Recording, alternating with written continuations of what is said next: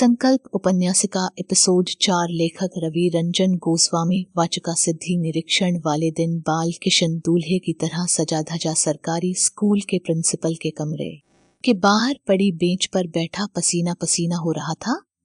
Tie फांसी का फंदा सी लग रही थी। डिसूजा और गोपीनाथ स्कूल का चक्कर लगाकर लौटे। बाल किशन उन्हें देखकर खड़ा हो गया। डिसूजा का ध्यान उसकी ओर गया। माथ ने अभी तक बालकिशन के बारे में उनसे कोई बात नहीं की थी। अंदर जाकर डिसूजा ने पूछा, बाहर जो युवक खड़ा है वह कौन है? गोपीनाथ ने कहा, सर वह मेरा पुत्र है, उसे मैं आपसे मिलाने लाया था। 10वीं अच्छे अंकों से पास किया है। आपकी मेहरबानी हो जाए तो लड़के की जिंदगी बन जाए। डिसूजा ने कहा, मैं क्या कर सकता हूँ? गोपीनाथ ने कहा, इस स्कूल में एक प्राथमिक शिक्षक का स्थान रिक्त है। आप इसका इंटरव्यू ले लें और तत्काल प्रभाव से अस्थायी नौकरी पर इसे रख दें। ऐसा आप कर सकते हैं? बाद में उसे स्थायी कर सकते हैं। डिसूजा ने कहा, प्रिंसिपल की हैसियत से आवश्यक होने पर 1-2 लोगों को तो आप ये स्थायी नौकरी पर रख सकते हो।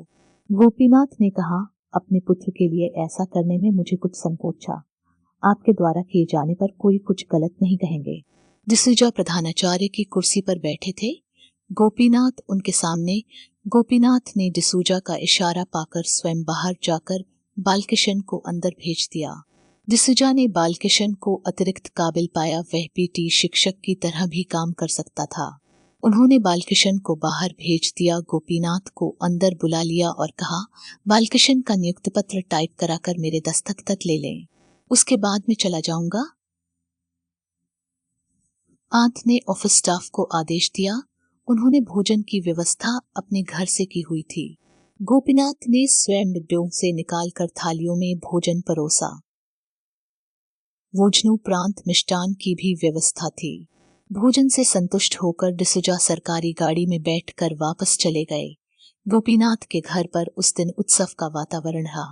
बालकिशन को थोड़ी घबराहट थी कि वह क्या और कैसे पढ़ाएगा, लेकिन समय के साथ प्रशिक्षण और अनुभव पाकर और अपने पुरुषार्थ से उसकी गिनती अच्छे अध्यापकों में होने लगी।